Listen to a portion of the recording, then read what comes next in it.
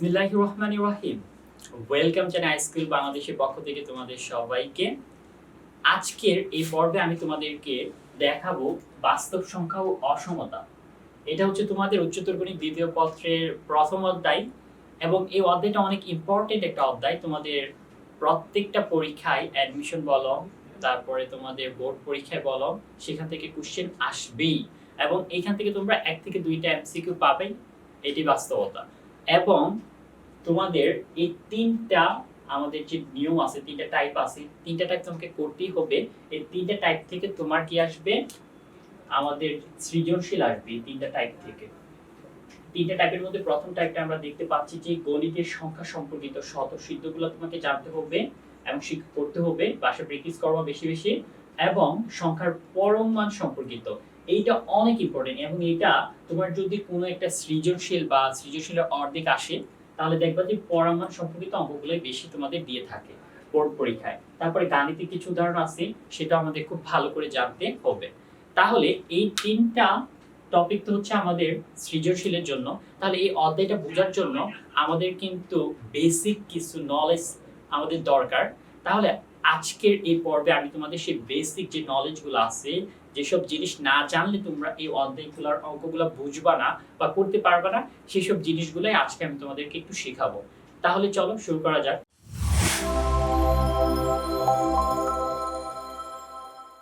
প্রথমে আমাদেরকে যে জিনিসটা জানতে হবে সেই জিনিসটা হচ্ছে কি সংখ্যা। ঠিক আছে, সেই জিনিসটা হচ্ছে কি আমাদের সংখ্যা। গণনার কাজে আমরা যা ব্যবহার করি তাই হচ্ছে কি সংখ্যা। কি বলতেছি আমি আবার একটু খেয়াল করো। গণনার কাজে যা আমরা ব্যবহার করি, দেখো সংখ্যা মানে কি? গণনার কাজে যা আমরা ব্যবহার করি তাই হচ্ছে কি আমাদের সংখ্যা। তাহলে একটু খেয়াল করো, মনে করো যে এখানে আমি একটা পাথর, দুইটা পাথর, তিনটা পাথর, চারটা পাথর, পাঁচটা পাথর নিলাম। এখানে কয়টা পাথর বলতেছি? পাঁচটা পাথর। আরেকটা খেয়াল করো, এখানে মনে করো যে একটা কাঠি আছে, দুইটা কাঠি, তিনটা কাঠি, চারটা কাঠি, পাঁচটা কাঠি নিলাম। এখন আমি এখানে পাঁচটা পাথর দ্বারা এটাকে, মানে এখানে পাঁচটা পাথর আছে, পাথর দ্বারা সংজ্ঞায়িত করতে পারতেছি। আবার এখানে আমি সংজ্ঞায়িত করতে পারতেছি একটা কাঠি, দুইটা কাঠি, তিনটা কাঠি, চারটা কাঠি, পাঁচটা কাঠি। কাঠি দ্বারা সংজ্ঞায়িত করতে পারতেছি, পাথর দ্বারা সংজ্ঞায়িত করতে পারতেছি, তারপরে মনে করো যে কলম দ্বারা সংজ্ঞায়িত করতে পারবো। তাহলে একটু কিরকম এলোমেলো ঘিজিবিজি হয়ে যাচ্ছে না? তো জিনিসটা আমাদের একটা নির্দিষ্ট জিনিস প্রয়োজন, একটা নির্দিষ্ট নিয়ম প্রয়োজন।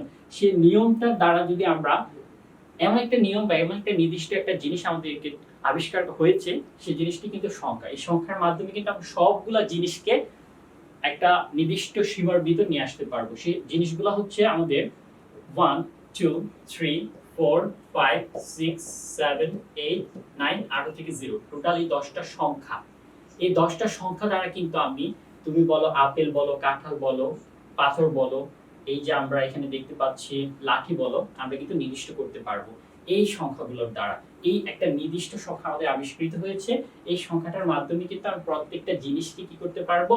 আলাদা আলাদা ভাবে আইডেন্টিফাই করতে পারবো একটা নিয়ম দ্বারা। কিন্তু তখন কিন্তু আমাদের একটা সমস্যা হয়ে যেত যে হয় পাথর, না হয় হচ্ছে আমাদের এই যে কাঠি, লাঠি, অনেক কিছু হতে পারে, তাই না? তাহলে আমরা একটা বেসিক বা একটা নির্দিষ্ট নিয়ম আছে, সেটা হচ্ছে কি আমাদের সংখ্যার এই যে মানগুলো 1 2 3 4 5 6 7 8 9 0, এরকম 10টা সংখ্যা আমাদের এই পৃথিবীতে বিদ্যমান আছে এবং আমরা যা প্রাথমিকভাবে ব্যবহার করে থাকি। এখন আমাদের যে জিনিসটা জানতে হবে, সংখ্যার অনেকগুলা বিভক্তি আছে, অনেকগুলা বৈশিষ্ট্য আছে, অনেকগুলা প্রকার আছে। সেই প্রকার সম্পর্কে এখন আমরা আলোচনা করব।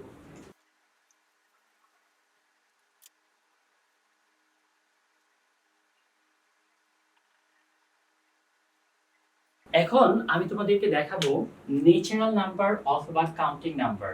ন্যাচারাল নাম্বার হচ্ছে কি বাস্তব সংখ্যা, আর কাউন্টিং নাম্বারটা হচ্ছে আমাদের হচ্ছে কি গণনাকৃত সংখ্যা। আবার বলতেছি, ন্যাচারাল নাম্বার মানে হচ্ছে আমাদের বাস্তব সংখ্যা, আর আমাদের হচ্ছে কি কাউন্টিং নাম্বার হচ্ছে কি আমাদের গণনাকৃত সংখ্যা।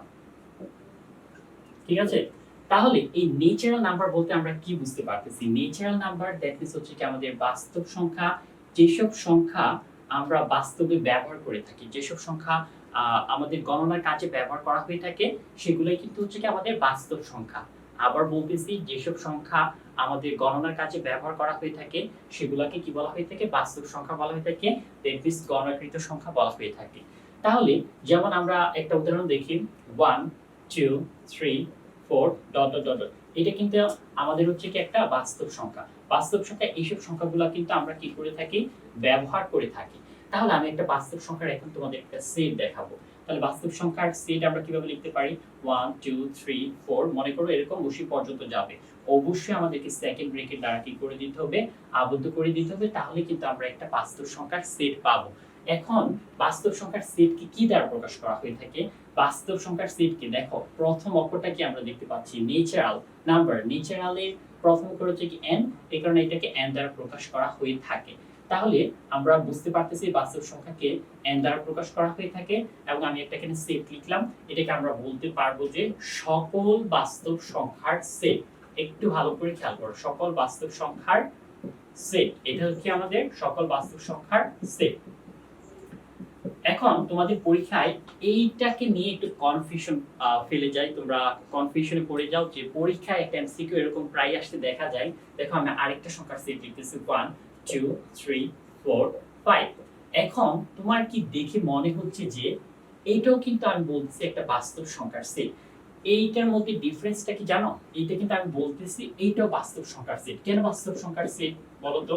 কারণ এই যে সংখ্যার সেটটা আছে, এটা কিন্তু আমি বলতেছি যে আমরা দৈনন্দিন বা আমরা যেসব সংখ্যা ব্যবহার করে থাকি, 1 ও ব্যবহার করি, 2 ব্যবহার করি, 3 ব্যবহার করি, 4 ব্যবহার করি, 5 ও কিন্তু ব্যবহার করি, কিন্তু এইটা কিন্তু একটা নির্দিষ্ট মান দেয়া আছে। দেখো এই মানটা কিন্তু আমাদের 1 2 3 4 5 6 7 8 যেতেই থাকবে যেতেই থাকবে অসীম পর্যন্ত। কিন্তু এই যে মানটা দেয়া আছে, এই যে ন্যাচারাল মানটা দেয়া আছে, এটা কিন্তু আমাদের 1 2 3 4 5 এখানে লিমিট মানে সীমাবদ্ধ হয়ে গেছে, 5 এর পর আর যাবে না। এই কারণে কিন্তু সেটাকে আমি সকল বাস্তব সংখ্যার সেট বলতে পারবো না, কিন্তু এখানে আমি কিন্তু বলতেছি এটা সকল বাস্তব সংখ্যার সেট। এটাকে কিন্তু আমি সকল বাস্তব সংখ্যার সেট বলতেছি না। এই যে তোমাদের এই যে উদাহরণটা, এই যে উদাহরণটা, এই উদাহরণটা পরীক্ষা কিন্তু তোমাদের বোর্ড পরীক্ষা একবার এসেছিল। সো এই জিনিসটা একটু ক্লিয়ার রাখবা। তোমাকে যদি নির্দিষ্ট করে দেয় যেমন 2 3 4 নির্দিষ্ট করে দিচ্ছে এরকম, তাহলে সেটা বাস্তব সংখ্যা হবে, কিন্তু সকল বাস্তব সংখ্যা হবে না। সকল বাস্তব সংখ্যা কখন হবে, যখন আমাদের অসীম পর্যন্ত যাবে, যে 2 3 4 এরকম যাচ্ছি যাচ্ছি, দ্যাট মিন্স সেটা হয়ে যাবে আমাদের সকল বাস্তব সংখ্যার সেট। আর যদি জাস্ট নরমাল তোমাকে কয়েকটা সংখ্যা দিয়ে দিল এবং সেই সংখ্যাগুলোকে একটা আবৃত্তি করে দিচ্ছে, নির্দিষ্ট করে দিচ্ছে, এর বাইরে হবে না, যে 1 থেকে 5 পর্যন্ত বা 1 2 3 4 5 6 7 এরকম থাকতে পারে, সেটা হচ্ছে কি আমাদের শুধু বাস্তব সংখ্যার সেট। আশা করি তোমরা নেচারাল নাম্বার অথবা কাউন্টিং নাম্বার যেটা বলা হয়ে থাকে সেটা বুঝতে পেরেছো। তার পরবর্তী আমরা সংখ্যার আরো কিছু নিয়ম আছে, সেগুলো আমরা দেখব।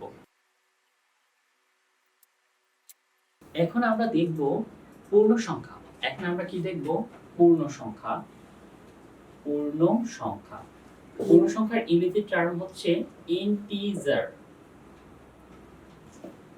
একটু ভালো করে খেয়াল করো ভাইয়া, পূর্ণ সংখ্যা মানে কি? আমি কি বলতেছি, পূর্ণ সংখ্যা দ্যাট মিন্স হচ্ছে ইন্টিজার। পূর্ণ সংখ্যা হচ্ছে কি এমন একটা সংখ্যা যে সংখ্যাটা কি হতে পারবে জানো, ধনাত্মক হতে পারবে, আবার সেটা কি হতে পারবে, ঋণাত্মক হতে পারবে। আমরা এমন সংখ্যাগুলা ব্যবহার করি যে সংখ্যাগুলা ভগ্নাংশ হতে পারবে না, কি হতে পারবে না, ভগ্নাংশ হতে পারবে না। একটু ভালো করে খেয়াল করো, আমার এখানে পূর্ণ সংখ্যাটা হচ্ছে এমন একটা সংখ্যা যে সংখ্যাটা আমাদের ভগ্নাংশ হতে পারবে না। আমার কন্ডিশন, প্রথম কন্ডিশন হচ্ছে সেটা ভগ্নাংশ হতে পারবে না, দ্যাট মিন্স দশমিক হতে পারবে না। ভগ্নাংশের যে মান আছে, মনে করো উপরে 5 নিচে 3, এটাকে আমি ভাগ করে দিলে অবশ্যই একটা দশমিকের মান পাবো। তাহলে দশমিক হতে পারবে না, ভগ্নাংশ হতে পারবে না। সেই মানটা অবশ্যই প্লাস হতে পারে, সেই মানটা অবশ্যই মাইনাস হতে পারে। তাহলে চলো আমরা একটা দেখি এরকম। তাহলে আমি এটাকে বলতে পারি যে যেহেতু ধনাত্মক হতে পারে 1, তারপর হচ্ছে 2 3, তারপর হচ্ছে 4, এরকম অসীম পর্যন্ত যেতে পারে। তারপর আবার এই দিক থেকে যেতে পারে -1, এটা হচ্ছে আমাদের ঋণাত্মক, মানে বলছি তো মাইনাস হতে পারে, ঋণাত্মক হতে পারে, দ্যাট মিন্স হচ্ছে -2, তারপর হচ্ছে কি -3, এরকম অসীম পর্যন্ত যেতে পারে। এটা হচ্ছে কি আমাদের পূর্ণ সংখ্যা। দ্যাট মিন্স সেটা কি হতে পারে, মাইনাস হতে পারে, মানে ঋণাত্মক হতে পারে, আবার ধনাত্মক হতে পারে। এখন আমি এটা একটা সেট দ্বারা প্রকাশ করব। হ্যাঁ, তাহলে এটাকে আমি একটা সেট করে দিলাম। তাহলে সেটের অবশ্যই একটা নাম দেয়া লাগে। আমরা জানি পূর্ণ সংখ্যাকে জেড দ্বারা প্রকাশ করা হয়ে থাকে। কি দ্বারা প্রকাশ করা হয়ে থাকে, জেড দ্বারা প্রকাশ করা হয়ে থাকে। তাহলে এখানে এটার ভিতরে একটু যে মানগুলো দেয়া আছে সেটা সম্পর্কে আমরা একটু জানি। এই যে শূন্যটা দেখতেছো না, সেটাকে বলা হয়ে থাকে নিরপেক্ষ সংখ্যা। কি বলা হয়ে থাকে, সেটাকে নিরপেক্ষ সংখ্যা বলা হয়ে থাকে। আবার একটু রিপিট করতেছি ভাই, একটু খেয়াল করো। এই যে আমি যে একটা পূর্ণ সংখ্যার সেট লিখলাম, যার মাঝখানে যে উপাদানটা আছে দ্যাট মিন্স হচ্ছে কি 0, সেটা হচ্ছে কি আমাদের নিরপেক্ষ সংখ্যা। কি সংখ্যা? নিরপেক্ষ সংখ্যা। এখন এই 0 থেকে যে আমরা দেখতে পাচ্ছি আমাদের বাম দিকে যাচ্ছে -1 -2 -3, এটাকে বলা হয়ে থাকে ঋণাত্মক পূর্ণ সংখ্যা। কি বলা হয়ে থাকে? ঋণাত্মক পূর্ণ সংখ্যা বলা হয়ে থাকে। ঋণাত্মক পূর্ণ সংখ্যা 0 থেকে বাম দিকে দ্যাট মিন্স হচ্ছে -1 -2 -3 এরকম অসীম পর্যন্ত, সেটাকে আমি বলবো ঋণাত্মক পূর্ণ সংখ্যা। আরেকটু খেয়াল করো, আমরা এই যে 0 থেকে যদি ডান দিকে যাই 1, তারপরে 2, তারপরে 3, 4 এরকম অসীম পর্যন্ত যদি যাই, তাহলে সেটাকে আমরা বলবো হচ্ছে কি ধনাত্মক পূর্ণ সংখ্যা। ঠিক আছে, আমরা সেটাকে কি বলবো? ধনাত্মক পূর্ণ সংখ্যা বলবো। একটু ভালো করে খেয়াল করো ভাইয়া। আবার বলতেছি, একটু রিপিট করতেছি। পূর্ণ সংখ্যা হচ্ছে এমন একটা সংখ্যা যেটা কখনো ভগ্নাংশ হতে পারবে না, দ্যাট মিন্স আমাদের দশমিক হতে পারবে না। সেই সংখ্যাগুলো আমাদের ঋণাত্মক হতে পারে, আবার সেটা ধনাত্মক হতে পারে। দেখো, তাহলে আমি এখানে একটা সেট লিখলাম 0, 1, 2, 3, 4 এরকম যাবে ধনাত্মক, আর 0, -1, -2, -3 যাবে। 0 থেকে এই যে বাম দিকে আমি দেখতে পাচ্ছি মাইনাসের মানগুলো, সেটা হবে ঋণাত্মক পূর্ণ সংখ্যা, আর 0 থেকে ডান দিকে যে মানগুলো যাবে সেটা হচ্ছে ধনাত্মক পূর্ণ সংখ্যা, আর মাঝখানে যে 0টা আছে সেটা হচ্ছে আমাদের নিরপেক্ষ সংখ্যা। এখন এখান থেকে আমাদেরকে একটা জিনিস জানতে হবে, সেই জিনিসটাকে একটু ভালো করে খেয়াল করো। মনে করো যে আমি 0 বাদ দিয়ে, মনে করো 0 রেখে, হ্যাঁ 0 রেখে এই যে আমরা বাম দিকে যে মানগুলো আছে ঋণাত্মক পূর্ণ সংখ্যা আমি কি করলাম? বাদ দিয়ে ফেললাম। কি করলাম? এই যে 0 আছে, 0 কে রেখে এই যে আমাদের যে ঋণাত্মক পূর্ণ সংখ্যা আছে সেগুলো আমি বাদ দিয়ে দিলাম। তাহলে আমার মানগুলো কি থাকতেছে? থাকতেছে 0, 1, তারপরে হচ্ছে 2, তারপরে হচ্ছে 3 ডট ডট এরকম অসীম পর্যন্ত যাচ্ছে। এরকম সংখ্যার সেটকে কি বলবে তাহলে বলো তো? এরকম সংখ্যার সেটকে আমাদের কি বলতেছে? এরকম সংখ্যার সেটকে আমরা বলবো হচ্ছে অঋণাত্মক পূর্ণ সংখ্যা। কি বলবো আমরা? অঋণাত্মক পূর্ণ সংখ্যা। এই জিনিসটা একটু খেয়াল করতে হবে, এটা তোমাদের অনেক এমসিকিউ পরীক্ষায় এমসিকিউতে এই জিনিসটা আসতে পারে। এটা হচ্ছে কি অঋণাত্মক পূর্ণ সংখ্যা। আবার একটু বলে দিচ্ছি, দেখো এই যে 0 কে রেখে আমাদের বাম দিকে যে মানটা আছে ঋণাত্মক পূর্ণ সংখ্যা, এই পূর্ণ সংখ্যাগুলো যদি আমরা বাদ দিয়ে দিই তাহলে যে মানটা থাকবে 0, 1, 2, 3, 4, 5 এরকম অসীম পর্যন্ত যে একটা আমাদের সংখ্যার সেট দেয়া থাকবে, সেটা কিন্তু হচ্ছে কি আমাদের অঋণাত্মক পূর্ণ সংখ্যার সেট। এই তিনটা জিনিস বা চারটা জিনিস, চারটা টাইপ, চারটা আমাদের কেস খুব ভালো করে মনে রাখতে হবে কন্ডিশনগুলো, তাহলে আমরা কিন্তু পূর্ণ সংখ্যা যে কি জিনিস বোঝাচ্ছে সেই জিনিসটা খুব ভালো করে বুঝে যাব। আসো এটার মধ্যে আরেকটা সম্পর্ক আমি তোমাদেরকে দেখাবো। সেই সম্পর্কটা হচ্ছে, আমরা কিন্তু ন্যাচারাল নাম্বার পড়েছিলাম। ন্যাচারাল নাম্বার সাবসেট অফ আমাদের জেড হবে। কিভাবে হচ্ছে সেটা একটু দেখাই। ন্যাচারাল নাম্বারের মধ্যে কিন্তু যেসব উপাদানগুলো ছিল সেসব উপাদান কিন্তু আমি জেড এর মধ্যে দেখতে পাচ্ছি। যেসব উপাদান যদি আমরা জানি যে এই যে নেচার সংখ্যা, বাস্তব সংখ্যার উপাদান সংখ্যা যদি আমাদের এই যে পূর্ণ সংখ্যার যে সেটটা আছে সেখানে যদি বিদ্যমান থাকে তাহলে সেটা কিন্তু আমরা সাবসেট বলি। সাবসেট মানে কি? উপসেট। এই কারণে কিন্তু আমি এই কন্ডিশনটা বলতে পারি। কি হয় যে দেখো এই মানটার মধ্যে কিন্তু এই যে আমরা যে মান করেছি পূর্ণ সংখ্যা কি করেছি 1 2 3 4 এরকম অসীম, এই প্রত্যেকটা মান কিন্তু এর মধ্যে আছে, অবশ্যই বিদ্যমান আছে। এই যে পূর্ণ সংখ্যার মধ্যে ইন্টিজার 0 1 2 3 4 এরকম অসীম পর্যন্ত মান আছে। এই কারণে কিন্তু আমি সেটাকে কি বলতে পারবো যে ন্যাচারাল নাম্বার সাবসেট অফ হচ্ছে কি আমাদের এই যে পূর্ণ সংখ্যা জে। এই কথাটা বলতে পারবে। এই জিনিসটা একটু মনে রাখবেন, এটা এমসিকিউ তে পরীক্ষা অনেক বেশি আসে।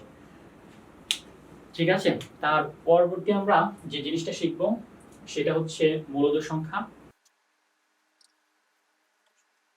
তাহলে এখন আমি তোমাদেরকে দেখাবো হচ্ছে মূলদ সংখ্যা মানে হচ্ছে রেশনাল নাম্বার। দেখো মূলদ সংখ্যা দ্যাট ইজ হচ্ছে আমাদের রেশনাল নাম্বার। মূলত সংখ্যা হচ্ছে কি এমন একটা সংখ্যা যে সংখ্যাকে দুটি ভগ্নাংশের দুটি পূর্ণরূপ আকারে প্রকাশ করা যায়। দেখো মূলত সংখ্যা হচ্ছে কি এমন একটা সংখ্যা যে সকল সংখ্যাকে দুটি ভগ্নাংশের পূর্ণরূপ আকারে প্রকাশ করা যায়। আবার বলতেছি, দুটি ভগ্নাংশের পূর্ণরূপ আকারে প্রকাশ করা যায় তাকে কি বলা হয়ে থাকে? মূলত সংখ্যা বলা হয়ে থাকে। আবার আমি একটু রিপিট করতেছি, মূলত সংখ্যা হচ্ছে কি এমন একটা সংখ্যা যে সকল আমাদের সংখ্যাকে দুটি ভগ্নাংশের পূর্ণরূপ আকারে প্রকাশ করা যায় তাকে কি বলা হয়ে থাকে? মূলদ সংখ্যা বলা হয়ে থাকে। ভাইয়া মূলদ সংখ্যাকে আমরা পি বাই কিউ আকারে প্রকাশ করতে পারবো এবং সেটা অবশ্যই কি হতে হবে? সহমৌলিক হতে হবে।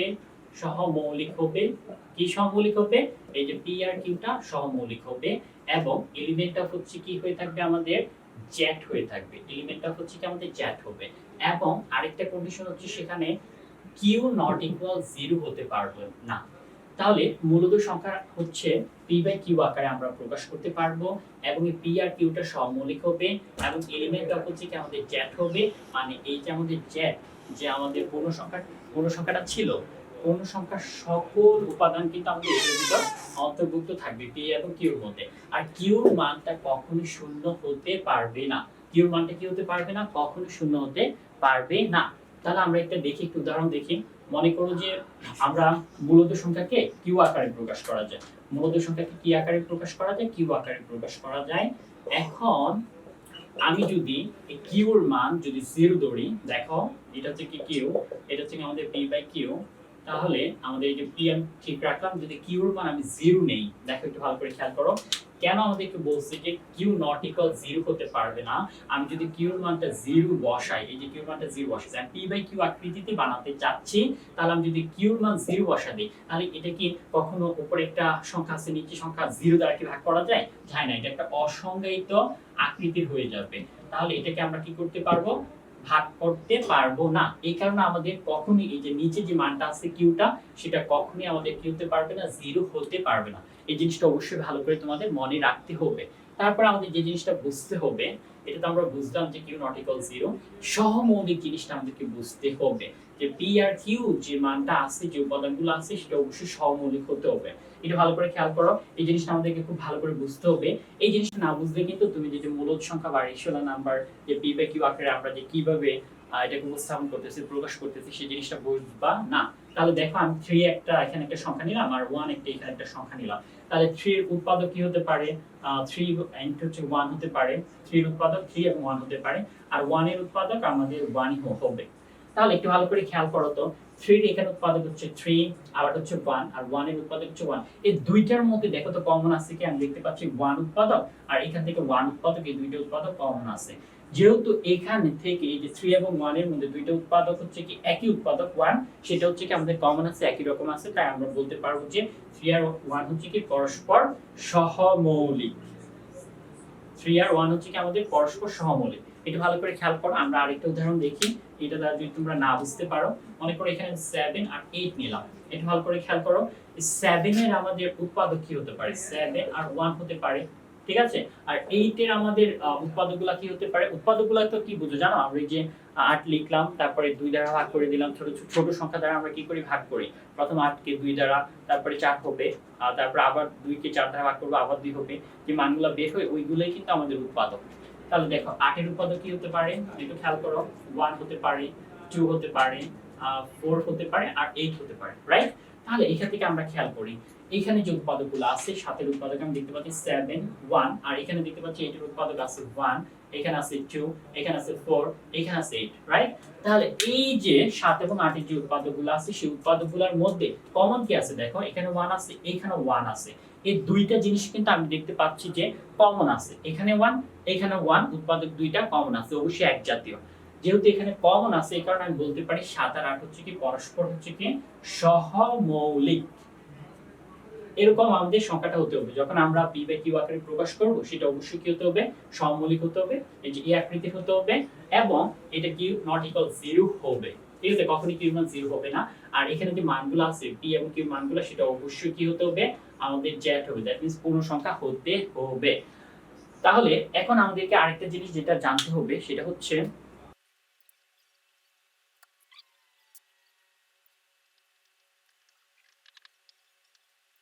এখন আমাদের যে মূলত সংখ্যার আমাদের একটা কেস আছে, এই জিনিসটা খুব ভালো করে বুঝতে হবে। আমি সেই জিনিসটা তোমাদেরকে একটু লিখে দিছি, আমি বুঝাই দেব তোমাদেরকে জিনিসটা কি। এখানে বলতেছি যে পূর্ণ সংখ্যার সবগুলোই মূলদ। পূর্ণ সংখ্যার সবগুলি কি হয়ে থাকবে? মূলদ হবে। যার হর হর হর কোথায় থাকে? নিচে থাকে। হরটা কি হয়ে থাকবে? আমাদের অবশ্যই 1 হবে। এই কথাটা একটু ভালো করে বুঝতে হবে। পূর্ণ সংখ্যা মানে কি ভাইয়া? পূর্ণ সংখ্যা আমি জানি যে 1 2 3, রাইট? তাহলে এটাকে আমাদের মূলদ আকারে প্রকাশ করতে হবে। ভাই মূলদ আকারে কিভাবে প্রকাশ করতে হবে? পি বাই কিউ আকারে প্রকাশ করতে হবে, সেটা তোমরা সবাই জানো। পি বাই কিউ আকারে প্রকাশ করতে আমাদের কন্ডিশন হচ্ছে যে এটা কি হতে হবে? সহমৌলিক হবে, তাই না? সহমৌলিক হবে, আর কি হতে হবে? কিউ নট ইকুয়াল 0 হতে হবে। এখন আমি কি বলতেছি, এই কন্ডিশনটা একটু ভালো করে বুঝাও।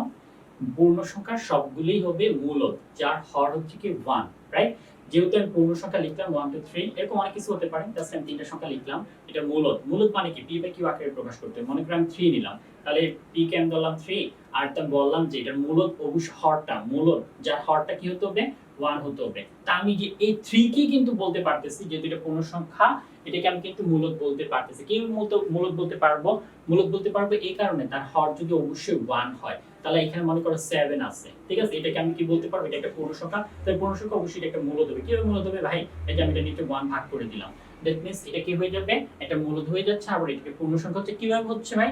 এইভাবে হচ্ছে। দেখো যে এই যে 7টা আছে আর এই যে কিউটা আছে, সেটা কিন্তু পি বাই কিউ আকৃতিতে প্রকাশ পেয়েছে। এবং আবার এখন দেখার বিষয় যেটা হচ্ছে যে এই জিনিসটা আর এই জিনিসটা সহমৌলিক কিনা। যখন সহমৌলিক হবে তখন এটা আমাদের কন্ডিশনটা রাইট হয়ে যাবে, যে এটা তো আমাদের জিরো হচ্ছেই না, যে কিউ নট ইকুয়াল জিরো, আমি তো জিরো বসাইনি, 1 বসাইছি। তাহলে কন্ডিশন প্রথমটা আমাদের সলভ। দ্বিতীয় কন্ডিশনটা হচ্ছে 3 আর 1 আমাদের কি হতে হবে? এই সমমৌলিক হতে হবে। দ্যাট মিন্স হচ্ছে পি আর কিউ আমাদের সমমৌলিক হতে হবে। সমমৌলিক একটু দেখি, আমি দেখাইছিলাম 3 আর এটা হচ্ছে কি 1, এটার উৎপাদক হচ্ছে 3 এবং 1, এই 1 এর উৎপাদক হচ্ছে 1। তাহলে এই দুইটার মধ্যে ন্যূনতম আমাদের কি 1 কি থাকতে হবে? কমন থাকতে হবে, একই রকম থাকতে হবে। তাহলে আমি দেখতে পাচ্ছি একই রকম। দ্যাট মিন্স 3 আর 1 টা হচ্ছে কি আমাদের এখানে সহমৌলিক। তুমি 7 এর 1 এর দেখতে পারো একই জিনিস, যে এখানে হচ্ছে কি 7 এর হচ্ছে আমাদের উৎপাদক হচ্ছে কি 7 আর হচ্ছে কি আমার এখানে 1, আর 1 এর আমাদের উৎপাদক দেখতে পাচ্ছি 1। তাহলে এই দুইটার মধ্যে আমাদের ন্যূনতম কি কমন আছে? 7 আছে, 1 আছে, একই রকম আছে। দ্যাট মিন্স এটা হচ্ছে কিন্তু আমাদের সহমৌলিক। ঠিক আছে? এই দুইটা তিনটা কন্ডিশন আমাদেরকে যদি মানে, তাহলে কিন্তু আমরা বলতে পারবো যে এটা একটা মূলদ সংখ্যা। আশা করি এই জিনিসগুলো যদি মনে রাখতে পারো, তাহলে তোমাদের জন্য এই মূলদ সংখ্যা, দ্যাট মিন্স এটা রেশনাল নাম্বার, একদম বোঝা এবং দেখি বলতে পারো যে এটা একটা মূলদ সংখ্যা পি বাই কিউ আকারে প্রকাশ করতেছে, এবং সেটা পি আর কিউটা হয়ে থাকবে এলিমেন্ট অফ জেড, পূর্ণ সংখ্যার হতে হবে, এবং পি বাই কিউটা হয়ে থাকবে সহমৌলিক, এবং সেটা নিচে যে মানটা আছে কিউ নট ইকুয়াল জিরো, মানে এটা জিরো হতে পারবে না। এখন আমি তোমাদেরকে দেখাবো অমূলদ সংখ্যা। তাহলে দেখো, অমূলদ সংখ্যা, অমূলদ সংখ্যা মানে হচ্ছে ইরেশনাল নাম্বার, ইরেশনাল নাম্বার। মূলদ সংখ্যা অমূলদ সংখ্যা দেখতেছে হচ্ছে কি আমাদের ইরেশনাল নাম্বার, যে সকল সংখ্যা দুটি ভগ্নাংশ রূপে পূর্ণ ভগ্নাংশ রূপে প্রকাশ করা যায় না, যে সকল সংখ্যাকে দুটি ভগ্নাংশে পূর্ণরূপ আকারে প্রকাশ করা যায় না, সেটাকে কি বলা হয়ে থাকে? অমূলদ সংখ্যা। আর মূলদ সংখ্যাটাকে আমি বলেছিলাম যে দুটি সংখ্যার পূর্ণরূপ আকারে প্রকাশ করা যায়, দুটি সংখ্যার ভগ্নাংশের পূর্ণরূপ আকারে প্রকাশ করা যায়, সেটা হচ্ছে কি মূলদ সংখ্যা। আর অমূলদ সংখ্যা হচ্ছে এমন একটা সংখ্যা যেটা হচ্ছে কি আমাদের দুটি সংখ্যার ভগ্নাংশের পূর্ণরূপ আকারে প্রকাশ করা যায় না, সেটাকে বলা হয়ে থাকে আমাদের অমূলদ সংখ্যা। তাহলে যে পূর্ণরূপ আকারে প্রকাশ করা যায় না, সেটা অবশ্যই পি বাই কিউ আকারে প্রকাশ করা যাবে না, এবং পি এবং কিউ যে আমাদের উপাদানগুলো আছে এলিমেন্ট, অবশ্যই হয়ে থাকবে কিসের? আমাদের জেড, দ্যাট ইজ ইন্টিজার হয়ে থাকবে, এবং কিউ যে মানটা আছে সেটা নট ইকুয়াল জিরো। এই দুইটা কন্ডিশন আমাদেরকে মানতে হবে, তাহলে কিন্তু আমাদের অমূলদ সংখ্যা হয়ে থাকবে। সেটা বলতেছে পি বাই কিউ আকারে কি করা যাবে না? প্রকাশ করা যাবে না, পূর্ণরূপ আকারে প্রকাশ করা যাবে না, এবং পি আর কিউ যে মানটা আছে এলিমেন্টগুলো অবশ্যই তারা কি হতে হবে? পূর্ণ সংখ্যা হবে। এবং এখানে আমরা দেখতে পাচ্ছি যে কিউ নট ইকুয়াল জিরো হতে পারবে না। এই যে আমাদের কিউটা আছে না, এটার মান কখনোই আমাদের জিরো হতে পারবে না। তাহলে একটা উদাহরণ দেখি আমরা, তাহলে খুব ভালো বুঝতে পারবা। দেখো, মনে করো আমি নিলাম, আমরা জানি পায়ের মান কি, দেখো 3.14159 এরকম অসীম যেতেই থাকবে। অমূলদ সংখ্যা হচ্ছে কি এমন একটা সংখ্যা যে সংখ্যার মানকে দশমিক আকারে প্রকাশ করতে গেলে এটা খালি চলতেই থাকবে, দ্যাট ইজ ভগ্নাংশ সংখ্যা, মানে আমরা প্রকাশ করতে পারবো না, এটা চলতেই থাকবে। দেখো এই যে এই পায়ের মানটা কি, তোমরা যদি ক্যালকুলেটরে বসাও যে 22 ভাগ হচ্ছে আমাদের 7, এটা যদি ভাগ দাও না, দেখবে এরকম একটা মান পাবো। পায়ের মানটাই হচ্ছে কি 22 ভাগ হচ্ছে কি 7, এটাকে যদি আমরা ভাগ করি তাহলে দেখবে এরকম একটা মান পেতেই থাকবা, 3.14159 এরকম যেতেই থাকবে। এইগুলো হচ্ছে আমাদের হচ্ছে অমূলদ সংখ্যা। এটাকে আমরা দশমিক আকারে প্রকাশ করতে পারি না, কারণ এই মানটা যেতেই থাকবে। আমরা আরেকটা উদাহরণ দেখি, আমরা √2 দেখি। মনে করো যে √2, তারপর হচ্ছে কি √3, √2 হচ্ছে 2.141, এরকম কি করতে থাকবে না? এই √2 তোমরা যদি ক্যালকুলেটরে বসাও যে √2 এটার মান দেখবে যে এরকম পাবা 2.141 ডট ডট অসীম যেতেই থাকবে মানে আমি তো এটাকে পি বাই কিউ আকারে প্রকাশ করতে পারতেছি না, পূর্ণরূপ আকারে প্রকাশ করতেছি মানে পারতেছি না। এই মানটাকে আমাদের দশমিক আকারে ডেসিমিল আকারে যেতেই থাকবে। এই আকৃতির মানগুলোকে আমাদের কি বলবো যে অমূলদ সংখ্যা। এই মানগুলো আমরা কি বলবো? অমূলদ সংখ্যা। আশা করি তোমরা আজকে যে আমরা একদম বেসিক যে জিনিসগুলো শিখলাম, এই বেসিক জিনিসগুলোর কনসেপ্টগুলো যদি তোমাদের ক্লিয়ার থাকে তাহলে কিন্তু আমরা বাস্তব সংখ্যা ও অসমতা জিনিসটা খুব ভালো করে অঙ্কগুলো করতে পারবো। যেমন এই যে অঙ্কগুলা স্বতঃসিদ্ধ, তারপর সংখ্যার পরম মান, গাণিতিক উদাহরণগুলো খুব ভালো করে করতে পারবো। এখানে সাধারণত দুইটা টাইপ, একটা হচ্ছে বাস্তব সংখ্যা আর একটা হচ্ছে অসমতা। ঠিক আছে, দুইটাই খুব আমাদের ইম্পর্টেন্ট। এই জিনিসটা তোমাদের এমসিকিউর ক্ষেত্রে খুবই কাজে লাগবে। আর অসমতা থেকে আমাদের সৃজনশীল পার্টটা বেশি এসে থাকে। আশা করি আজকের ক্লাসটা থেকে তোমরা যদি উপকৃত হয়ে থাকো অবশ্যই আমাদের চ্যানেলটাকে সাবস্ক্রাইব করবা।